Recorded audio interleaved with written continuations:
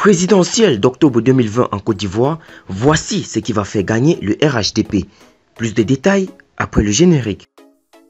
Avant de commencer, n'oubliez pas de vous abonner et d'activer la cloche de notification, car cela va vous permettre de ne plus manquer les prochaines vidéos.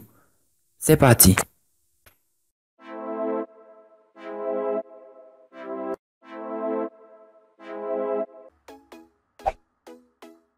Les élections présidentielles d'octobre prochain vont se dérouler avec une nette longueur d'avance du RHDP parti au pouvoir sur l'opposition.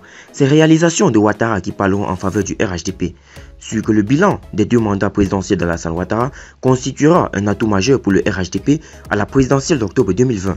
Le bilan du programme social du gouvernement conduit par le Premier ministre Amadou Gon Coulibaly est très flatteur, et ce à tous les niveaux. En plus de la poursuite des réformes institutionnelles annoncées par le président Alassane Ouattara pour consolider davantage l'état de droit et rapprocher les institutions des concitoyens. On note que le taux d'accès aux services de santé est passé de 44% en 2012 à 69% en 2015.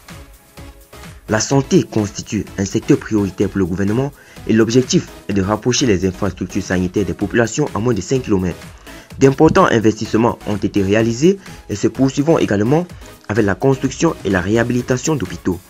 Au niveau sécuritaire, l'on enregistre de même la baisse significative des trafics de tout genre et de l'insécurité aux postes frontaliers ainsi qu'en zone urbaine et rurale grâce aux parfaites collaborations entre les forces de sécurité. La priorité du gouvernement pour 2020 et les années à venir est le renforcement et le renlèvement des capacités opérationnelles de l'ensemble des forces militaires et paramilitaires.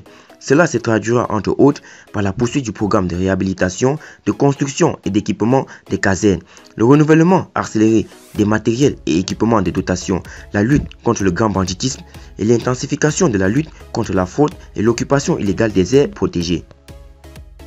Au plan économique, la pauvreté est en net recul avec 35% en 2018 contre 51% en 2011.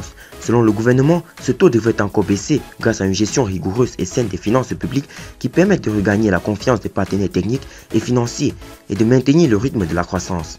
L'impact de cette embellissie économique sur les conditions de vie des populations se traduit entre autres par le déblocage des salaires des fonctionnaires après plus de 25 ans de gel, le relèvement du SMIC, le financement des projets des centaines de milliers de femmes et la subvention des prix d'achat aux producteurs de certains produits agricoles tels que le café, le cacao, le coton et l'anacarde. Tous ces acquis vont, en un point douter, faire la différence entre le candidat qui portera les couleurs du RHDP et les candidats de l'opposition.